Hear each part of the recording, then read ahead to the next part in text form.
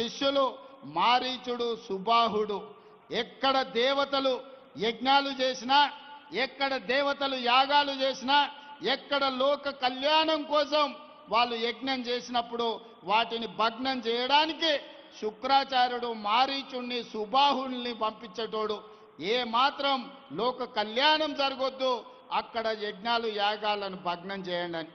ఇవాళ కూడా ఒక శుక్రాచార్యుడు ప్రతిపక్ష నాయకుడు ఉన్నాడు, శాసనసభకు రమ్మంటే రాడు, శుక్రాచార్యుడు వై ఫామ్ హౌస్లు ఉంటాడు. మారీచుణ్ణి సుబాహుల్ని బామ్మార్దుల ముసుగుల్లో అసెంబ్లీకి పంపించి ప్రాజెక్టులను అడ్డుకోమని ఈరోజు కుట్రలు కుతంత్రాలు చేస్తున్నాడు. కానీ మారీచుడు మాయలేడి రూపంలో వస్తే రాముడు బాణానికి ఏమైందో మీకు తెలుసు కదా.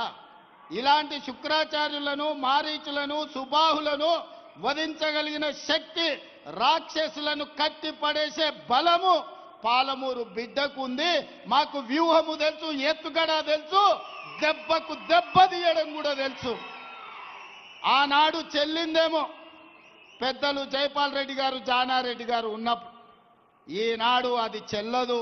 మాకు తెలుసు ఎవరు ఎట్లొస్తారో, ఏ రూపంలో వస్తారో, ఏ మారు వేషంలో వచ్చినా, మాయలేడి రూపంలో వచ్చినా పాలమూరు జిల్లాలు ప్రజలు గుర్తుపడతారు, కర్రు కాల్చి వాత పెడతారు.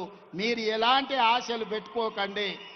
ఇవాళ ఆయన చెప్తుండు మేము గొప్పలు చేసినామని, మేము అభివృద్ధి చేసినామని, మేము పరిశ్రమలు తెచ్చినామని, మేము ఉద్యోగాలు ఇచ్చినామని, మేము ప్రాజెక్టులు కట్టినామని, భూములకు నీళ్లు ఇచ్చినామని.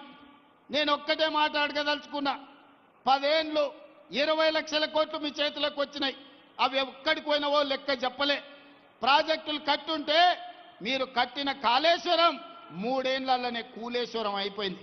1,00,000 కోట్లు ఖర్చు పెట్టిన ప్రాజెక్టు అక్కడున్నది. పాలమూరు పూర్తి కాలే, ఎస్ఎల్బిసి పూర్తి కాలే, డిండి పూర్తి కాలే, కల్వకుర్తి ఎత్తిపోతలు పూర్తి కాలే, భీమా నెట్టంపాడు కోయిల్ సాగర్ పూర్తి కాలే, మక్తల్ నారాయణపేట కొడంగల్ పూర్తి కాలే. ఇక మీరు కట్టిన సాగునీటి ప్రాజెక్టులు ఎక్కడున్నాయని నేను అడుగుతున్నా. ఇంతకుముందే అరుణమ్మ గారు చెప్పిండ్రు, గురుకులాల పేరు మీద పేద విద్యార్థులకు పాఠశాలలు ఇచ్చిండు. ఉండడానికి గూడు లేదు, కనీసం స్నానాలు చేయడానికి బాత్రూంలు లేవు. ఆడపిల్లలు మగపిల్లలు ఎక్కడికి పోవాలని అరుణమ్మ అడిగాను. మరి 20 లక్షల కోట్ల రూపాయలు ఈ విద్యార్థుల కోసం ఖర్చు పెట్టినుంటే 20,000 కోట్ల రూపాయలు ఈ 10 ఏళ్లలో సంవత్సరానికి 2,000 కోట్ల రూపాయలు ఖర్చు పెట్టుంటే ఈ పేద విద్యార్థులకు కార్పొరేట్ కళాశాలలతో పోటీపడి ఈ రోజు మొత్తం అభివృద్ధి జరిగి ఉండేది కదా.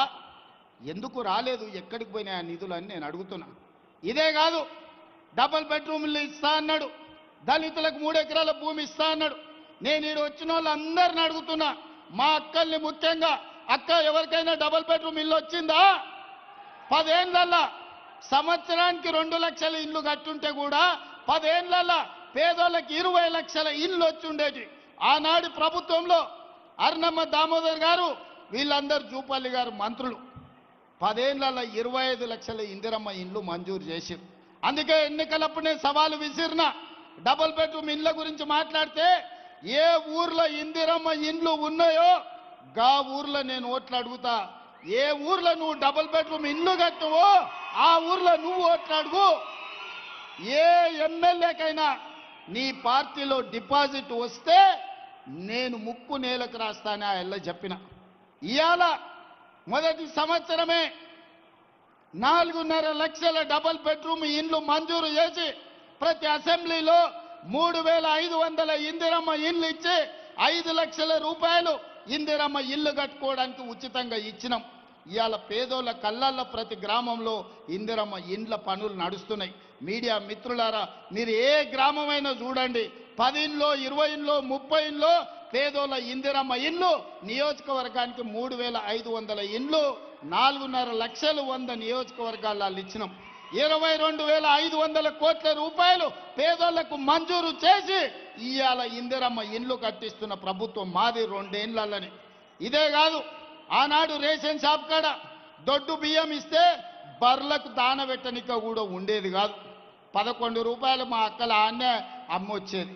ఒకవేళ ఇంటికి తెస్తే బర్లకు దాన పెట్టేది. అంతేనా అక్క? మా అక్క నవ్వుతుంది, నిజమే అని. అవునా? కానీ మీ తమ్ముడు తెలంగాణ ముఖ్యమంత్రి అయిన తర్వాత ఇవాళ 3,16,00,000 మంది తెలంగాణ బిడ్డలకు ప్రతి మనిషికి 6 కిలోలు ప్రతి నెల సన్న బియ్యం ఇస్తున్నాం కదా. సన్న బియ్యంతో వండి మనం తినుడే కాదు, సంటి పిల్లలకి ఇవాళ బుక్కెడు బువ్వ మా అక్కలు పెడతలేరా? మా అక్కల్ని అడగండి. ఇవాళ మీడియా మిత్రులకు చెప్తున్నా, ఏ ఆడబిడ్డనైనా పలకరించండి. ఈనాడు సన్న బియ్యం వాళ్ళ ఇంటికి వస్తున్నాయా లేదా, దాంతోనే వాళ్ళు వంట వండుకుంటురా లేదా?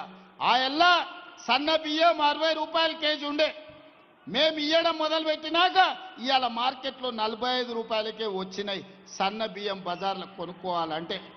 ఇదే కాదు, ఆ ఎల్లా బతుకమ్మ చీరలు అన్నాడు, మీ బతుకులు బాగుపడతాయన్నాడు.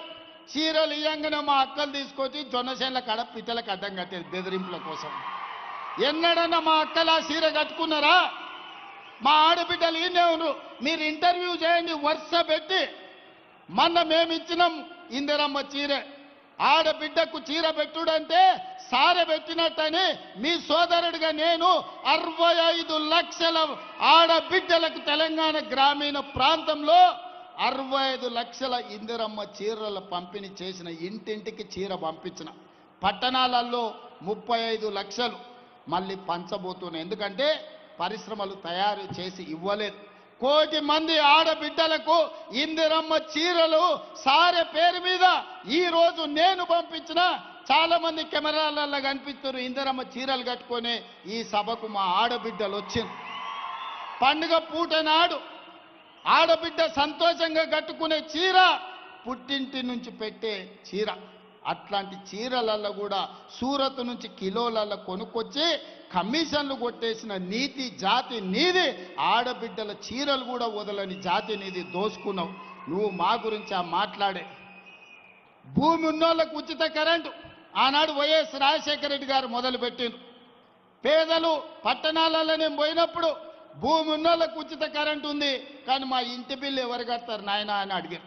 అందుకే ఈరోజు 52 లక్షల పేదల కుటుంబాలకు 200 యూనిట్లు ఇళ్లల్లా ఉచిత కరెంటు బిల్లు లేకుండా చేసి మా ఆడబిడ్డలు ఫ్యాన్ వేసుకున్నా, టీవీ పెట్టుకున్నా, ఫ్రిడ్జ్ పెట్టుకున్నా ఈరోజు ప్రతి ఇంటికి 52 లక్షల మందికి 200 యూనిట్లు ఉచిత కరెంటు ఇస్తలేమా? మా రిపోర్టర్లు సోదరులకు కూడా కొందరికన్నా ఈ పథకం అందుబాటులోకి వచ్చే ఉంటుంది. ఎందుకంటే చాలామంది అందులో తిరుపతి చేయెత్తుతూనే ఉన్నాడు, ఆయనకు వస్తున్నట్టే ఉంది చూస్తుంటే. ఎందుకంటే చాలామంది రిపోర్టర్లు కూడా పేదోళ్ళు ఉన్నారు. 200 యూనిట్లు ఉచితంగా ఇచ్చినాం. ఇట్లా చెప్పుకుంటూ పోతే ఆడబిడ్డలకు మహిళా సంఘాల నాడు పెడితే మహిళా సంఘాలను నిర్వీర్యం చేసి స్వయం సహాయక సంఘాలకు రూపాయి ఉట్టకుట్ట చేసింది. కానీ 2 ఏళ్లల్లా 27,000 కోట్ల రూపాయలు సున్నా మిత్తితోని ఆడబిడ్డలకు ఇస్తే ఇవాళ ఆడబిడ్డల చేతుల నగదు ఆడుతుంది. నగదే కాదు, ఆడబిడ్డల ఆర్టీసీలో నేను ఇవాళ మా అక్కల్ని అడుగుతున్నా, ఈ 2 ఏళ్లలో ఎక్కడికైనా బస్సు ప్రయాణం చేస్తే ఎవరన్నా చిల్లి గవ్వనన్నా మిమ్మల్ని అడిగినరా అక్క మీరు చెప్పండి. 2 ఏళ్ల నుంచి అద్భుతంగా ఆడబిడ్డలకు ఆర్టీసీ బస్సులో ఉచిత ప్రయాణం ఇచ్చి మీరు ఆత్మ గౌరవంతో అమ్మగారి ఇంటికి పోయేటట్టు అమ్మోరిని దర్శించుకోవాలన్నా, జోగులాంబ తల్లిని దర్శించుకోవాలన్నా, మన్నెంకొండ వెంకటేశ్వర్ల స్వామిని దర్శించుకోవాలన్నా ఇవాళ మీకు ఉచిత బస్సు ప్రయాణం ఇయ్యలేదా? ఎవరన్నా ఒక్క రూపాయి అడిగినరా? ఎవడన్నా